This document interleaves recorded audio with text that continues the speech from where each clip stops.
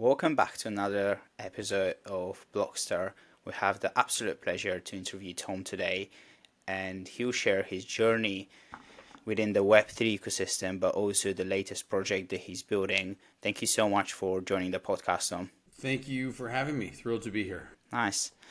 And could you just tell me a bit more about yourself, but also your journey into crypto? Because I know that you spend a significant amount of your career working on Hedera, which is a direct competitor of Ethereum. So I would like to know a bit more about the initial steps before you get to that stage, because in the preparation of this interview, I've listened to quite a few podcasts with you, and you normally started from that point of like Hedera. But can you just tell me before that, like, what's your professional background and why did you choose Web3?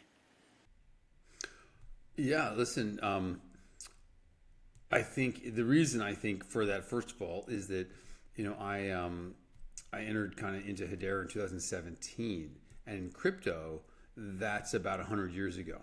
And so that feels like, a really long time ago. And but before that, I did a bunch of different things. I'm not so young, as you can tell by the white beard here. But I started off in always doing sort of technology oriented things, but more on the finance side. So I started off doing technology and telecom investment banking at a company no longer exists called Bear Stearns. I then did private equity, invested in technology and telecom companies for 3 or 4 years. Then I was at Goldman Sachs for about 4 years, doing helping kind of build a business in Goldman to invest in funds.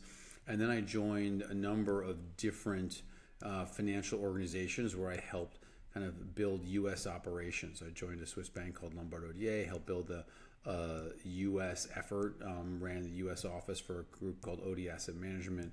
So was sort of building kind of groups and building businesses within larger businesses.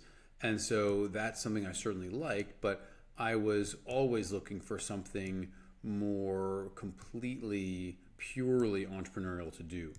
And I had been looking at crypto for a while, and I got introduced to the Swirlds, that time Swirlds team, which includes Manson Lehman, who are the two kind of real core founders behind Hedera, and I was eager for something entrepreneurial to do. And the thing is always kind of the balance between what your experience is and the value that you can add to a project in the beginning.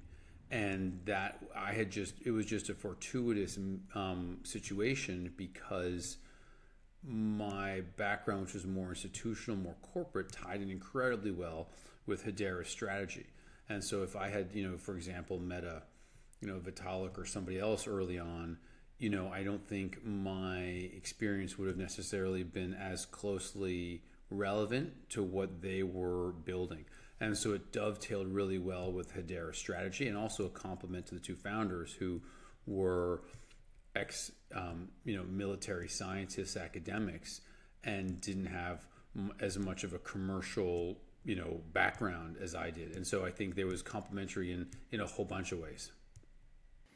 And could you also tell me about the transition from Hedera to your current project, Fluence, and what are the skills that you acquired throughout the years that are probably the most valuable ones right now? And if you can list them in like top three, I'm really curious to learn, because it sounds like you have a really diverse background, and I would like to hear your opinion on it. Yeah, I mean, I guess first of all, I got introduced to the Fluence team by a Hedera investor. And when I left, they said, listen, this is a project that you should really talk to, because they're the most technically deep founders we know. And we think you would be a really good addition to this team. And so that was the sort of impetus for the introduction. And in terms of bringing to it, I think there's a couple of things I think that come to mind. First was not as much something I brought, but an awareness of what's important, which is native Web3 community building, native Web3 ecosystem. And I think Hedera suffered for a long time by being outsiders in the industry and not embracing a whole number of really important tenets of Web3. It wasn't open source for a while. There was a patent. And so the whole project didn't resonate as much with the crypto community originally. That's changing now, which is terrific. But I think that was a real kind of impediment to faster adoption and faster adoption by the community. So that was an important, I guess that's just important awareness I had. I didn't necessarily bring anything. That's something the Fluence team had well more than I did upon joining. So that was important. And then I think in terms of skills, I think building a global, when you're building a layer one, you have to build a global business from day one. If you're building Amazon, you have a lot to do, but you don't expand internationally for the first 4 or 5 years. And then the next country is another year or two after that. You're building an L1, you need to be you have to be everywhere around the world at once. And so I think an awareness of that is really important. And that also then means what message you're communicating, how do you tell the story, how are you communicating that to people is really important. So I think you have to kind of have this global awareness. You have to also be articulate, have a view on what you want to say, how to say it, and who to say it to. I think those are really important things, and that's divided between investors to raise the capital, without which you do not succeed, and then customers for whom if you don't get them you don't scale, and then community members who are very important. Kind of the larger you get, and the more, and once you have a token, listing and trading. So I think that's kind of a different audiences and different elements for that skill set to be really relevant for. And you mentioned something that I'm really interested in, especially for all the L1 projects, because they have this mass appeal and you have to present yourself as a project that appeals to a variety of different audiences. But I also have building an interesting thesis around network effects and how we'll see consolidations among L1s. And there is obviously the opposite side of this argument where people essentially argue that we'll see a lot of different L1s and they'll be servicing different purposes. I really want to hear your take on, do you believe that we'll need a lot more L1s coming in the next 5 years? Because at the current point, it feels like we have enough infrastructure. But even when we talk about DePIN, there are only a few projects that we can think of and that are valuable right now and that bring real world value. And the rest of the projects are kind of claiming the DePIN narrative because it was comparatively hot a few months ago. And I feel like we're reaching that point for L1s as well, where we now have a few L1s that are gathering a lot of liquidity. And I sometimes struggle to understand what's the purpose of the remaining L1s. But I'm more than happy to be persuaded. I would agree with you on that for sure. But there's a nuance to it, which is, so let's back up. Do you need 100 L1s? No. Could you still have specialized L1s in certain sectors or industries? Yeah, I suppose you could. I'm not sure you need it, but I that wouldn't surprise me if that happens. However, you probably ultimately end up, just because the internet benefits scale, right? Scale, that's why you have Amazon and Google, right? Anything that's global is going to run into the economies of scale kind of situation. And I think that's also true with L1s, assuming there aren't capacity limitations. But so I agree. I think you end up with a couple L1s that have a lot of volume, a lot of transactions. You have more trusted, more code written on them, more, just ecosystems that are just easier and more built out. They're sort of easier to use, and strength begets use and use begets strength, and it just kind of goes that way. Do they exist right now? I certainly think so. I'm obviously biased towards Hedera, but there certainly are technical challenges with many of the top L1s.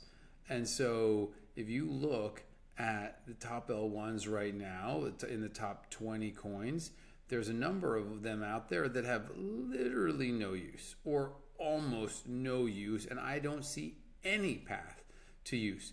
And they're still sitting up there because they've got communities that believe in them. And that's great, but does that mean it actually will work out? Or is that, in my view, is that justified? Certainly not, but it's not changing. And so I think it's not changing anytime soon. So I think that you're right that we don't need a ton. There are still people funding new ones, which I'm surprised about, but is happening. And I think the path gets longer and harder for others. It's hard to imagine the amount of work that money Hedera has spent, as an example, to get enterprises comfortable and to start drive adoption. We're still in the early innings of that, seeing that with Hedera. So for new people, way harder. But the crypto ecosystem is heavily meme driven, right? And so people want to believe things. And if they want to believe that Cardano is going to be the next great thing, they're going to do it. And if they want to believe this new L1 that just launched, is the next great thing, okay, they're going to do that. And I that's just the way it is.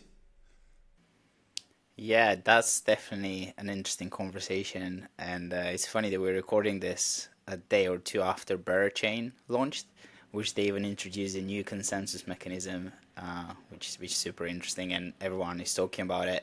And now there is a lot of FUD around the tokenomics, so we'll see how long this one lasts and whether they manage to generate critical mass. But I want to move to Fluence and learn about the project. As one of the co-founders, my understanding of, I mean, not that I'm a co-founder, it sounded like as one of the co-founders, I'm a co-founder, but as you're one of the co-founders, could you tell me a bit more about it? But my understanding of it is that essentially you guys offer decentralized computing layer, and what I like about the project is that you touch and hit multiple verticals like DePIN, verifiable AI. You also talk about oracles and how all those different things can be built on top of you. But could you just elaborate on this? And please correct me if I misunderstood your entire thesis and project. No, I think that's right, but I want to just clarify it for a little bit, because without that, people might make assumptions. And so Fluence is an enterprise grade decentralized compute platform. And so that's a mouthful, but what that is not is not a layer one.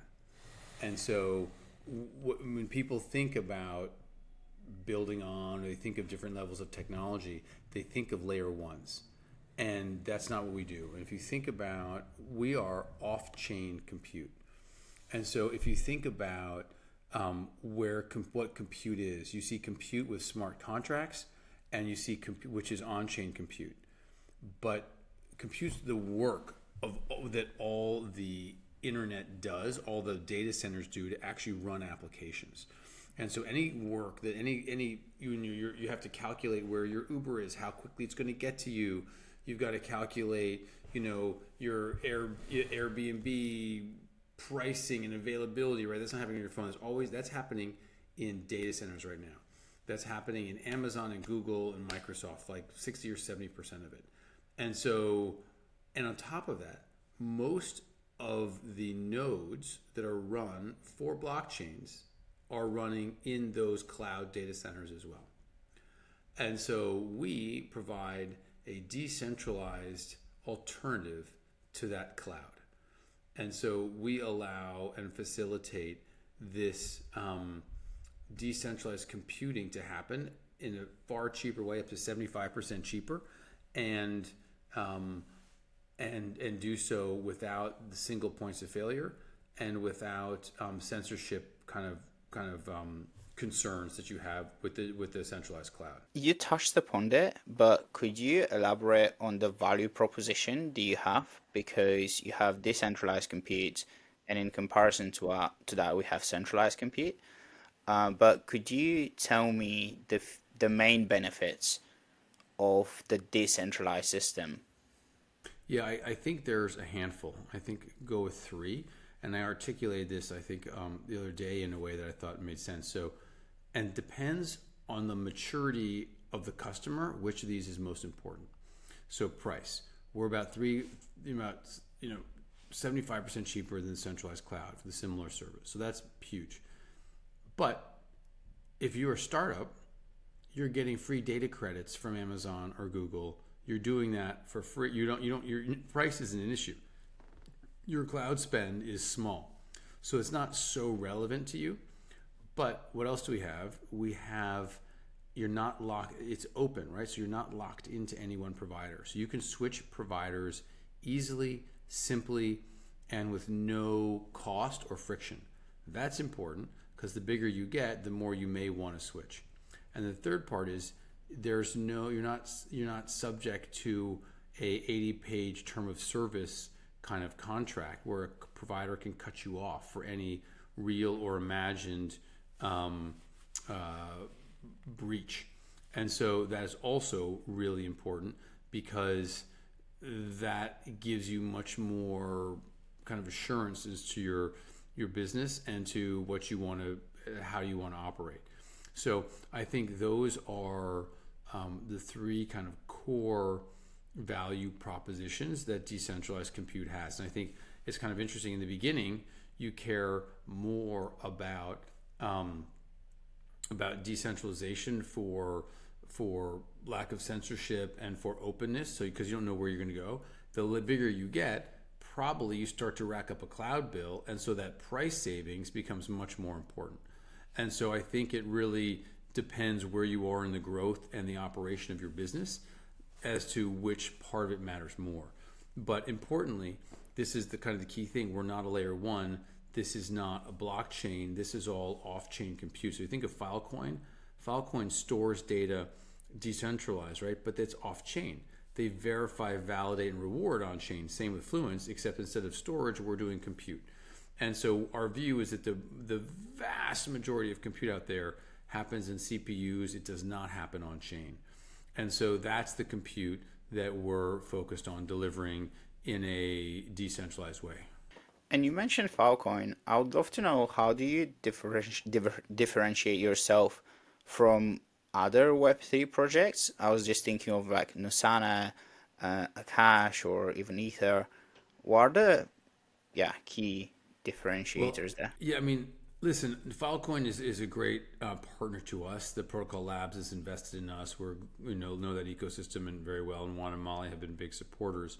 I think the main differentiator with regard to the other compute providers you mentioned, I think there's two main ones.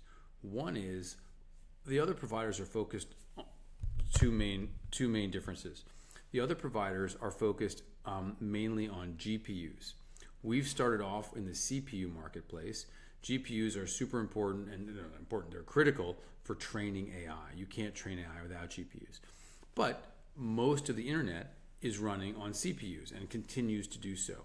And so we are this decentralized CPU marketplace. So that's kind of one piece of it. We're adding GPU support this year, so that will kind of blur that distinction a little bit, but that's one point. And then the second point, in terms of differentiation.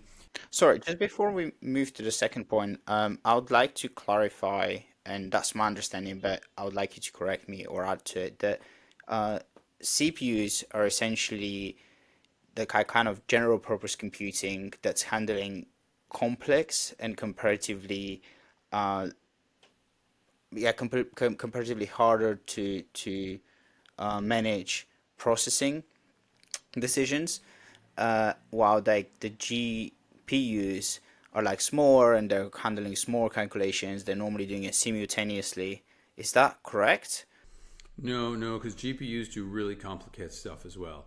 It's just that GPUs have a different use case, which is AI training. And so GPUs, I don't think they're smaller, and they're certainly not cheap.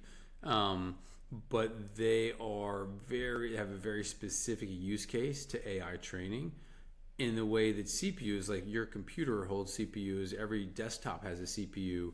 That is just the workhorse of the internet are CPUs. There's something like 2 billion CPUs that have been sold. So it's a vast amount. Now they differ in speed and how much memory is attached to them. And there's, a lot of different flavors, I guess I would say, and a lot of different specifics when you come to CPUs. But that's the work of everything. When you see data centers, you see those big racks all the way down. Those are almost, up until recently, those would all have been CPUs. Okay, and when you guys utilize CPUs, that would essentially mean that, like, could you actually explain it? Because I don't understand it. What exactly do you mean by utilize CPUs than GPUs? And when you say that this other projects use GPUs, I've always assumed that I can still do it on my laptop. So that's like kind of the confusing part for me that I'm unsure about.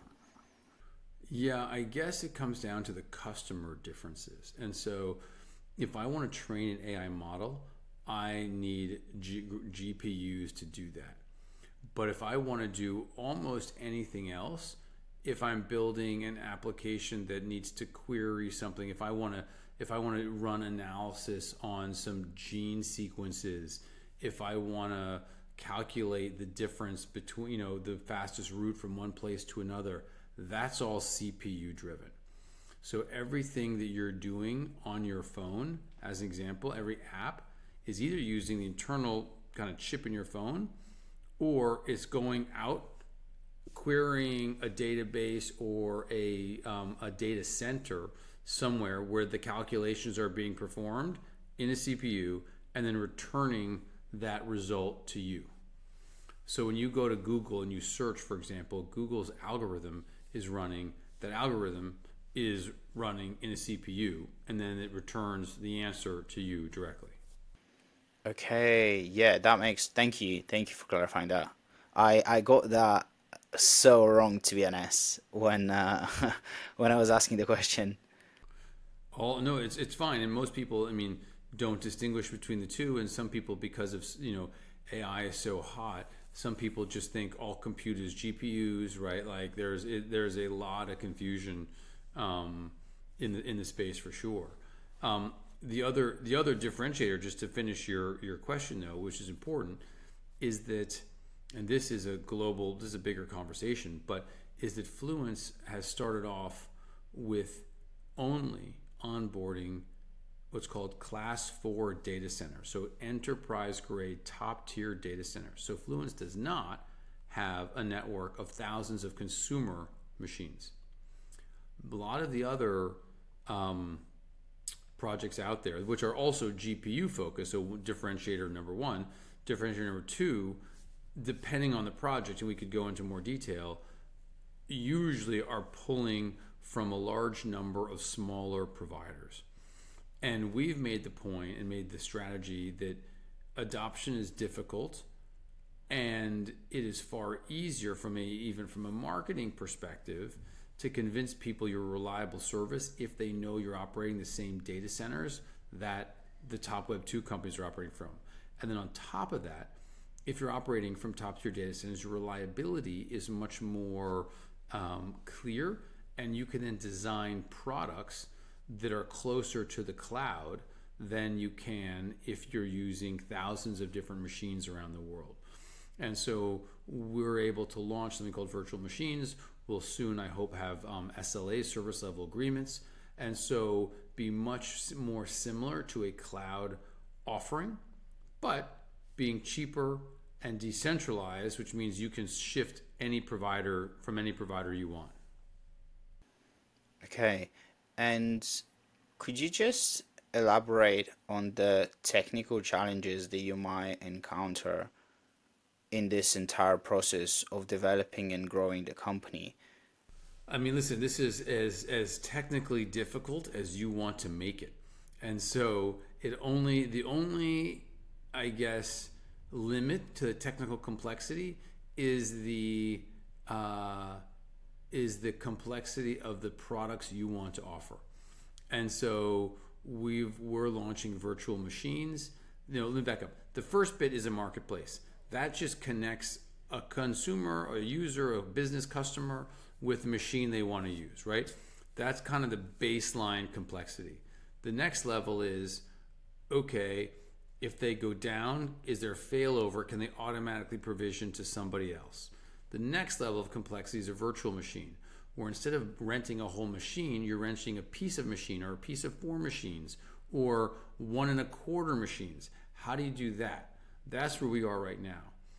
And then you can then you have service level agreements, which means if it goes down, they pay the customer because they failed, right? So if a machine, right? So then people have to sign up for a certain level of reliability, and then there has to be verification of that reliability, and there has to be penalties for it, right? And so then you can kind of keep stacking on top of that more and more products. Then they're serverless, which means you're offering a virtual server that is not even one, it could be anywhere. That's another layer of complexity. So you can sort of keep ramping up that technical complexity depending on which products you want to offer. And you can keep going.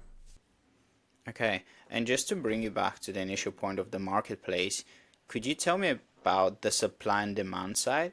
And if you just can put it into an example, because I feel like I have a better understanding of GPUs and CPUs and their utility, but I'm still struggling to imagine of like how all they're implemented or enhancing our lifestyle in general. So if you just can provide like a very tangible example of like, for example, even how I can potentially participate in the entire ecosystem, that would be very useful. I'm not. I got to think about that a little bit. An example, I guess, supply and demand. There are a couple of questions that are in there.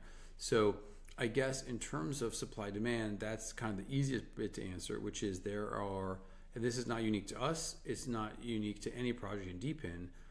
The supply side is there.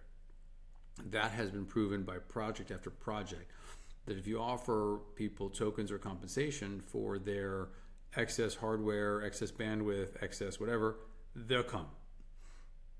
And so we've seen that. We have a waiting list of thousands of CPUs that want to join. So that, I think, is not the hard part, and I think that's not the hard part for any DePIN project. The hard part is the sales side. And this is true for any company, right? Like, and it's only in DePIN where our feet are really to the fire in terms of generating revenue because people expect it, and our token economics are geared to that happening. And so that, I think, and there's no real way to hide. DePIN projects do not get credit for Telegram channel size, Twitter followers. Like, that doesn't matter. It's revenue that's ultimately going to matter for us. And so that is sort of makes our sort of subsector better, worse, more unique, whatever it is. It's just different. And so, the first customers that Fluence has, to take it to your point a little bit further, are decentralized node companies. So these are companies that we've announced one called Node Ops that basically run nodes for consumers to participate in certain blockchains. And so they sort of perform node as a service. So if you want to run a node for a particular blockchain, you can go to Node Ops, you can rent it, and then you earn the rewards and you're off to the races. And so using Fluence, Node Ops can cut their cost by like 75% and either keep that margin or pass it on to their customers. So that's kind of the most basic type of customer that we can have, and we get more sophisticated from there. Okay. And I want to learn a bit more about the programming language and the technology itself, because in preparation for this, I realized that you guys are using your own programming language called Aqua. So could you just explain the rationale behind it and what are the advantages of using it rather than utilizing an existing programming language? Well, yeah, and this is a interesting conversation because Aqua has very specific value, but we're not deploying it at the moment. And so just we built Aqua to allow a decentralized orchestration layer, which doesn't really exist. And so the concept was and is that when you build a decentralized application, there are a great deal of tools that you need to build in order for that to work. Like if your node goes down, you have to know how to fail over to another one, all these things. And so Aqua is one piece of accomplishing all of that, so you can just come in and write the application without worrying about the complexity of the decentralized piece of it running. It basically takes the decentralization code complexity and takes care of it for you. And this is particularly useful in a serverless world where you're not even renting a server. You're just saying, I need X amount of operations to be performed, and I want them performed anywhere they are, wherever the fastest, cheapest way is. That's a very complex thing to solve. We built that, but we stopped because customers require another level of software to be built on top of it that is specific to different industries and use cases. And so we did not feel we felt it was too early to invest significant resources in any one vertical.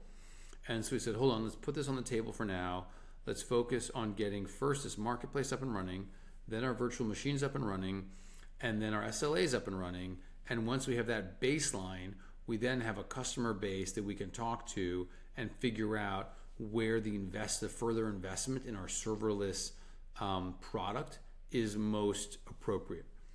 And so that is where we're going to go. But the point, really, to answer your question the most important way for Aqua is there's no other language that does what Aqua does.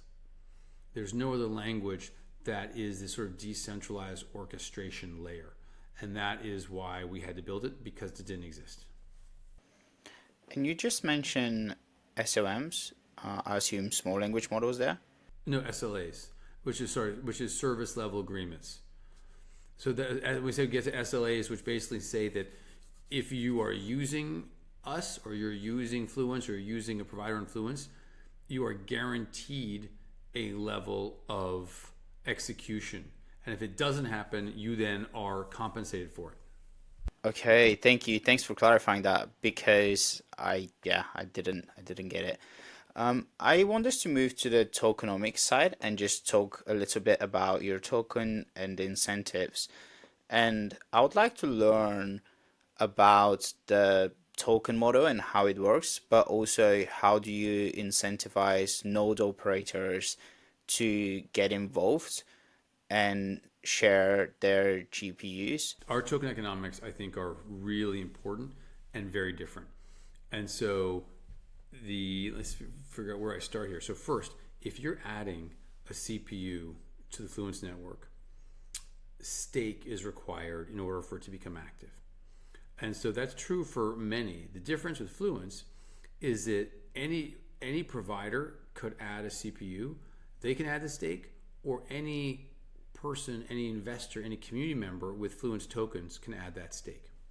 So our view is that you have an ecosystem of professional hardware operators.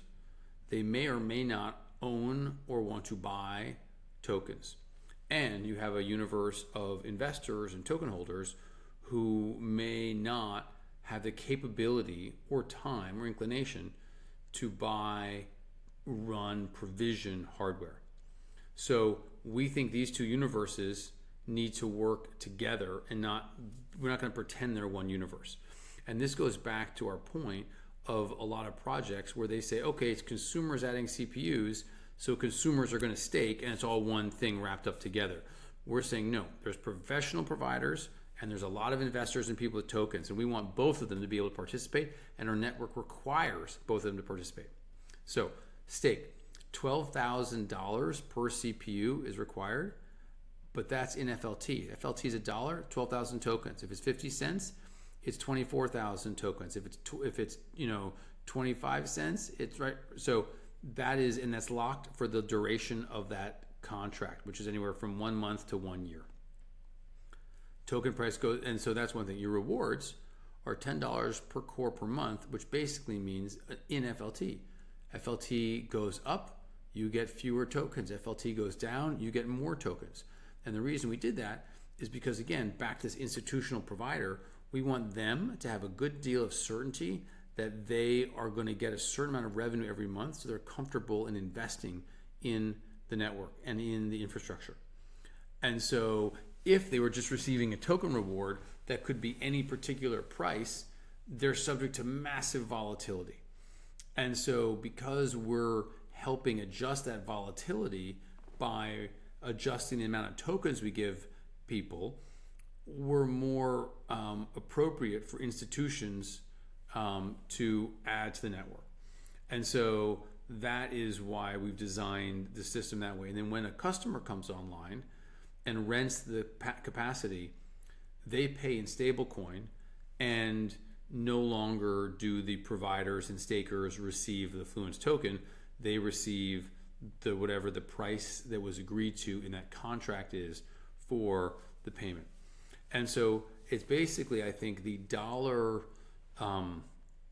component, or the dollar linkage of our staking and of the rewards are very different from other providers, and I think are also geared towards helping institutions have a real investment in it. Nice. And you mentioned FOT, which is essentially the native token on Fluence. And in your white paper, you guys say that 45% of the total supply will be allocated to the team, and the unlock is happening this month, and it will go. It will continue till February 2026, and there will be daily unlocks. So could you just tell me a bit more about it? I'm really interested in the allocation of how much have you allocated to the team. You don't have to break that down, but obviously just the general numbers. But also, are you worried that some people might sell and that will create sell pressure because all the tokens are bleeding now? And like, have you been thinking about it? How are you going to ameliorate this? Listen, it is always a risk when tokens unlock that people will sell. That is no doubt the case.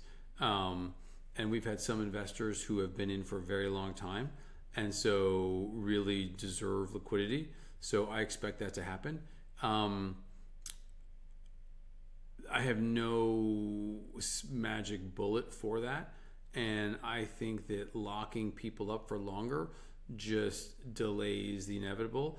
I think what you really want to do is find the ecosystem of investors and community members that really understand what you're doing and are going to be with you and take this volatility and profit from it when things work out as we expect and as we work out as you're right.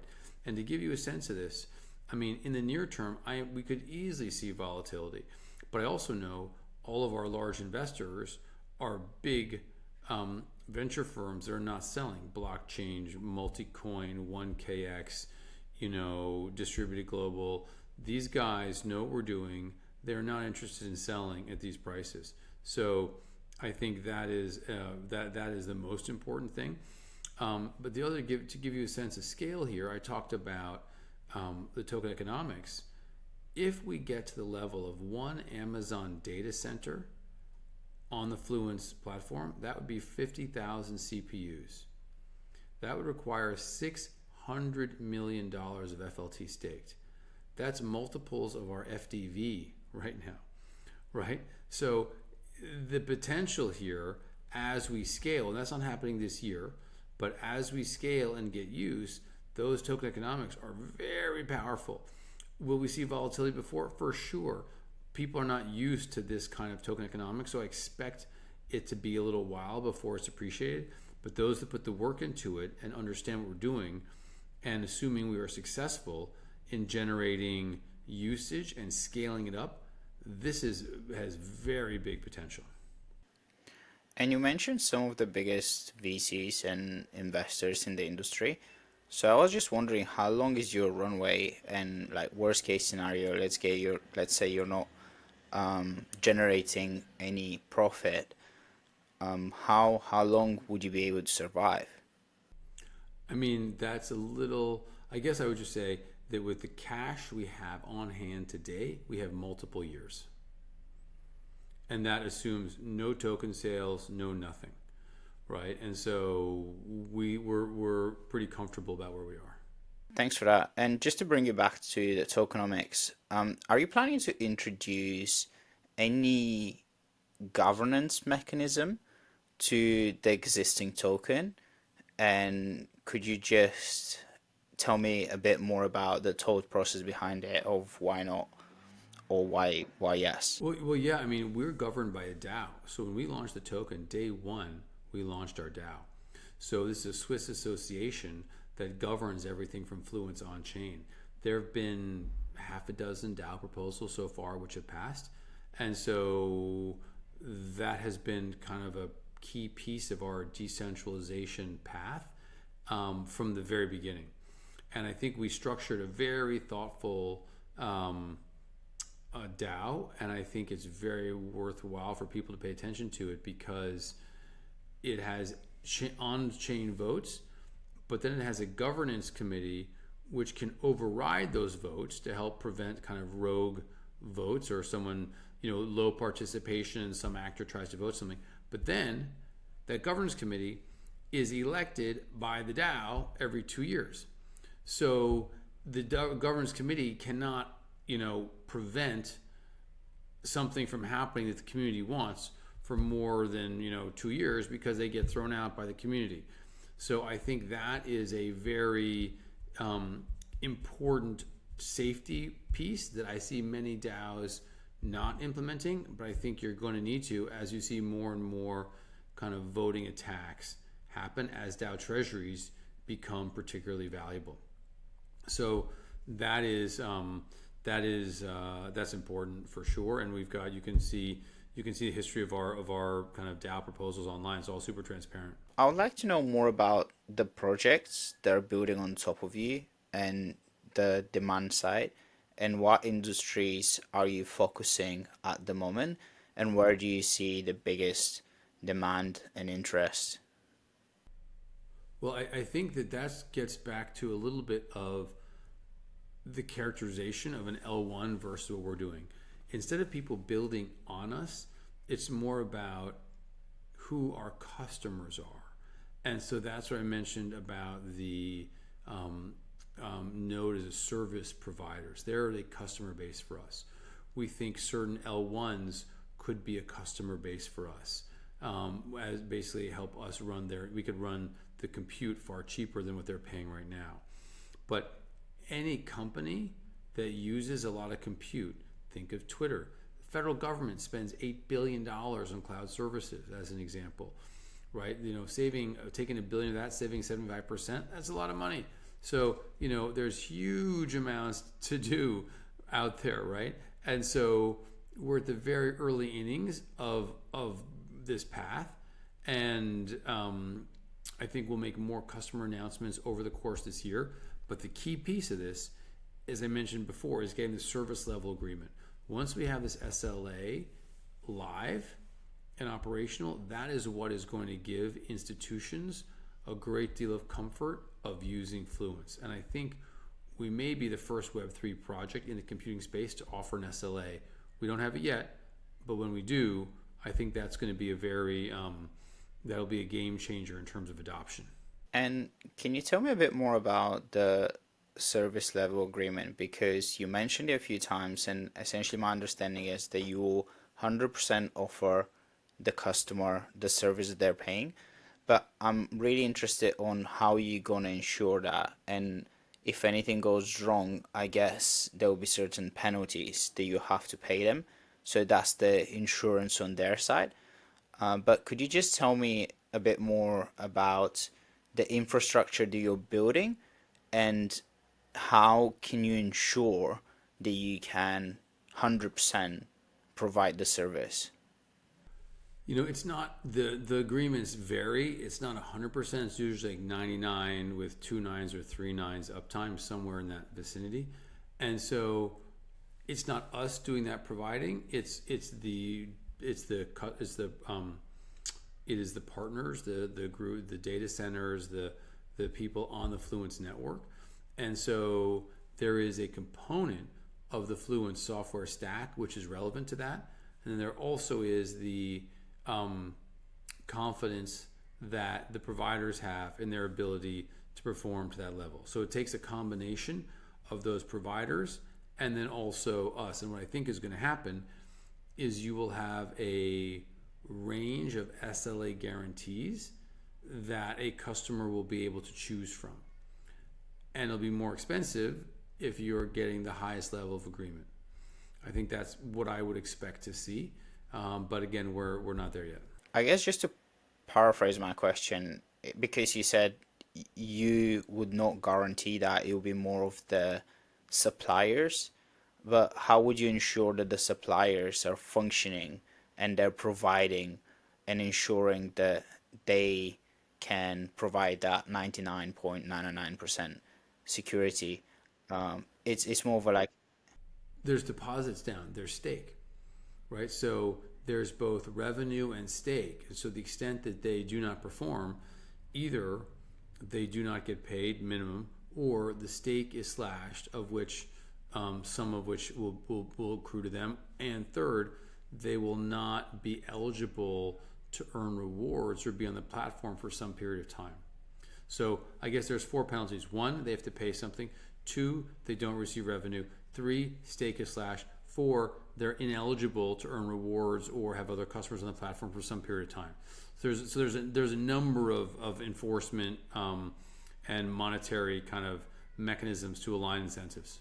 okay, and if my understanding of it is essentially they'll get slashed, which is the analysis to L1, and I know that you guys are not, but just to simplify it. But on, let's say they get slashed, but they still don't provide the service.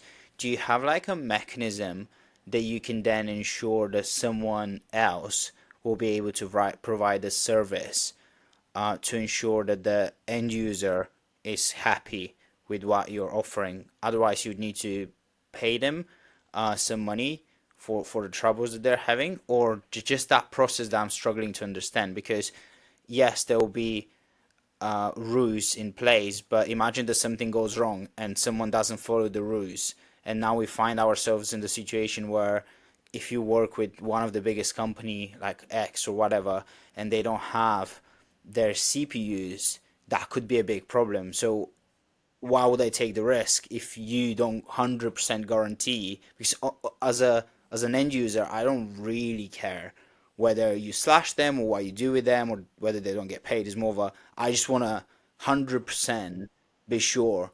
So if you can explain that to me, because I couldn't fully understand that part.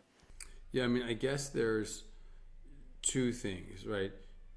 Amazon doesn't give you 100%. They give you like 3 or 4 nines. And so they're very close to 100%. So can we meet that or be a little bit less than that? Not sure.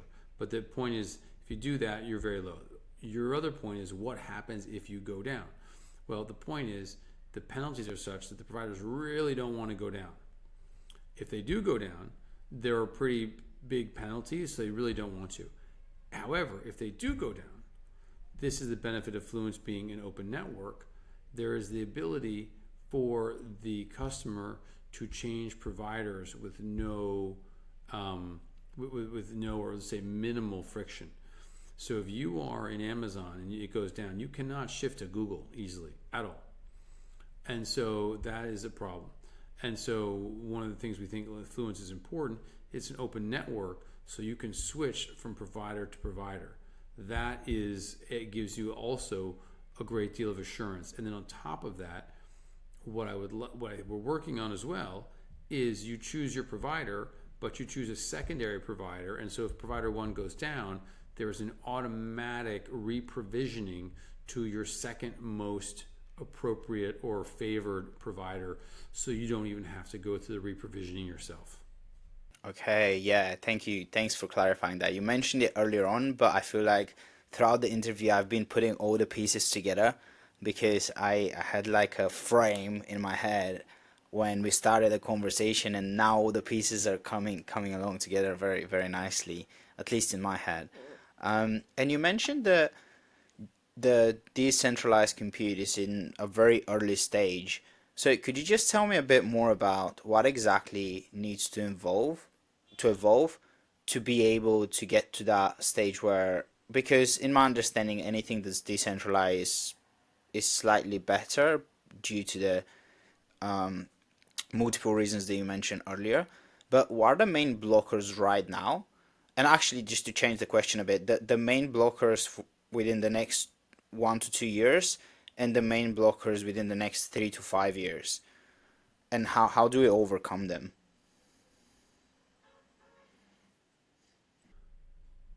Technical um, work productization is always a blocker. It always takes longer.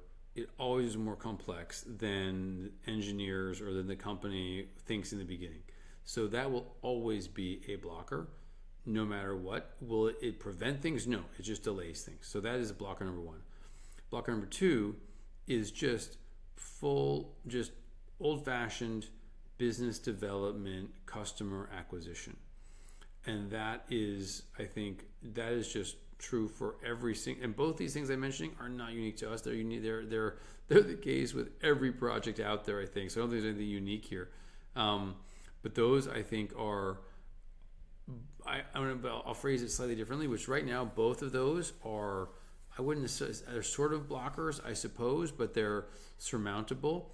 I think once we get beyond the 2 year mark, even a year and a half mark, I think the blockers will only be business development related because I think we'll have technically advanced it to such a level that it is very easy to use and to be adopted. And at that point, it's just an execution BD, a BD kind of a work. And so I think that is where we go. And do you think the big entities will push back on the decentralized model? I'm not 100% sure of how they can do it. The first thing that came to mind was like lobbying, even though it's probably not the most effective approach. But you're essentially trying to tap into one of their main business models. And I'm not 100% sure that they'll happily allow small companies to cannibalize on their earnings. Not necessarily cannibalize, but to just take a significant part. Compete. Yeah, Well, listen, compete even. yeah, I agree 100%. But I guess the way I think about that is that we are so small and we are irrelevant, and so they will care when we become relevant, and by the time we're relevant, it's too late in a way. And so I don't think Amazon is out there looking at us or Akash or IO.net and be like, oh boy, we're worried about those guys. No, right? And so we could be 100 times bigger than we are, and we're still insignificant to them. So I think they're like, those guys are playing over there. That's cute. That's nice, right? Like whatever. So I'm that to me is not a concern for quite a while. Let me phrase it differently. If they're worried about us, then we've done great. Okay, okay, I like that. Um, I also want to touch upon like regulatory concerns, and are there any that you could think of? But also, when you're sharing CPUs in different jurisdictions, could you just explain to me how that works and whether you can face some challenges there? I'm not 100% sure on what exactly they can be, but that's something that I could potentially, um, yeah, think as like an issue. I think the main, well, there's a couple, I guess, elements to that because regulatory covers a wide swath, and so I think there's payments, there is type of compute being offered, and there's crypto, and these are all kind of different regulatory situations. And so, first, with regard to crypto, not so worried. We're running, everything's run by DAO. It's fully decentralized. The U.S. leads the path in that regulatory world, and that's become pretty pro crypto now as well. So I think from a crypto side, I'm not so worried. We've done everything we can to make it decentralized from the beginning. So I think we're knock on wood, we're okay there. Um, Interestingly, we have to take payments because it is a service that, and so we don't actually take the payments ourselves. We act as an intermediary for the customers to receive payments the customers to give payments to the providers. So now that is a whole regulatory kind of thing in of itself, especially with regard to the U.S. So there's certain states that we can operate in, other states we can't, but there's exemptions, and I think we've gotten pretty solid legal counsel in terms of how to do that effectively and appropriately. So I think that is also, I'm comfortable where we are there.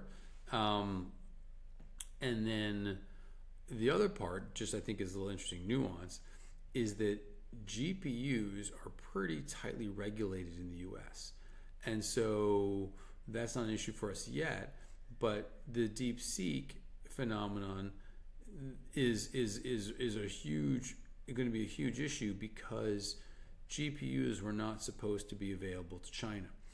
And there's a lot of people that think a lot of GPUs were used by DeepSeek, maybe through Singapore or everywhere else. So I expect a lot of scrutiny, additional scrutiny, on where GPUs can be rented, what type of customers you can have, and a lot of scrutiny around that. And so as we add GPU support, I know there's going to be a terrific amount of compliance required to be able to prove to U.S. authorities that you are not renting GPUs to entities in China that are competing with USAI. That is undoubtedly going to be an issue. And I think that's going to be an issue for the existing providers right now as well. And I think the U.S. is not going to care if you're not in the U.S. They're not going to care where you are. If they think you're running GPUs to China from NVIDIA, that's going to be a problem. It doesn't matter if you've never had any Americans, never set foot in America, never been American, anything, right? That's going to be a problem. So I think that's something that people need to be very cognizant of. And I think when people entered crypto and started thinking about then decentralized compute marketplaces, having to deal with China, US, AI war was not ever even wasn't really on the map. And now that is going to be a big focus. Yeah, I completely agree with you and have a bunch of questions and comments to make on that, but I'll refrain from it because we're running out of time and I want to give you the opportunity to tell people where can they find you, what's the best way to reach out to you, but also if they want to get involved in the Fluence ecosystem, what's the best way for them to start and where are where's your community active? Listen, I think Telegram is a great spot. We're Fluence_project. That's where we are on X as well. I am the Tom Tro on X, so can find me there. I think those are kind of the key places where you can find us. And our website is fluence.network. So a couple different kind of ways to find us. But I think X is obviously where we spend a bunch of time, and hopefully people can join that community. Nice. Thank you so much for your time today. It's such a pleasure to learn more about your project and put all the pieces together. Finally know the difference between GPUs and CPUs. So I'm ready for the AI boom or the second wave of it at least. Great. Well, listen, thanks for having me on. It's been a pleasure. Really appreciate it. Thank you.